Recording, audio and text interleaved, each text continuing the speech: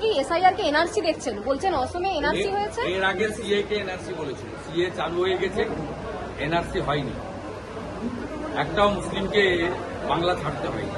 এসব কথা বলে ওনাদেরকে উস্কে এর আগে হাজারদুয়ারি পুড়িয়েছে, 37টা বাস পুড়িয়েছে নবান্নর সামনে, হরগোবিন্দ দাস, চন্দন দাসকে খুন করেছে, বাড়ি লুট করেছে, আগুন লাগিয়েছে, রাস্তা অবরোধ করেছে, এসব করছে।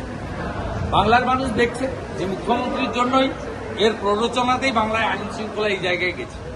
এর জন্যই আদিবাসী নেতা সাংসদের এই রক্ত ওটা ভারতবর্ষ দেখেছে। প্রত্যেকটা বাড়িতে রিয়াকশন এই যে লড়বে, বাংলা লড়বে, বাংলা জিতবে, খালা মমতা হারবে। এসআইআর ভীষণভাবে জরুরি। বৈধ ভোটার লিস্ট ছাড়া বৈধ নির্বাচন হতে পারে না। বৈধ ভোটার নির্বাচনের প্রথম সোপান হচ্ছে বৈধ ভোটার তালিকা। আর বৈধ ভোটার তালিকা তখনই হবে যখন অভারতীয়দের নাম ভোটার তালিকার বাইরে থাকবে।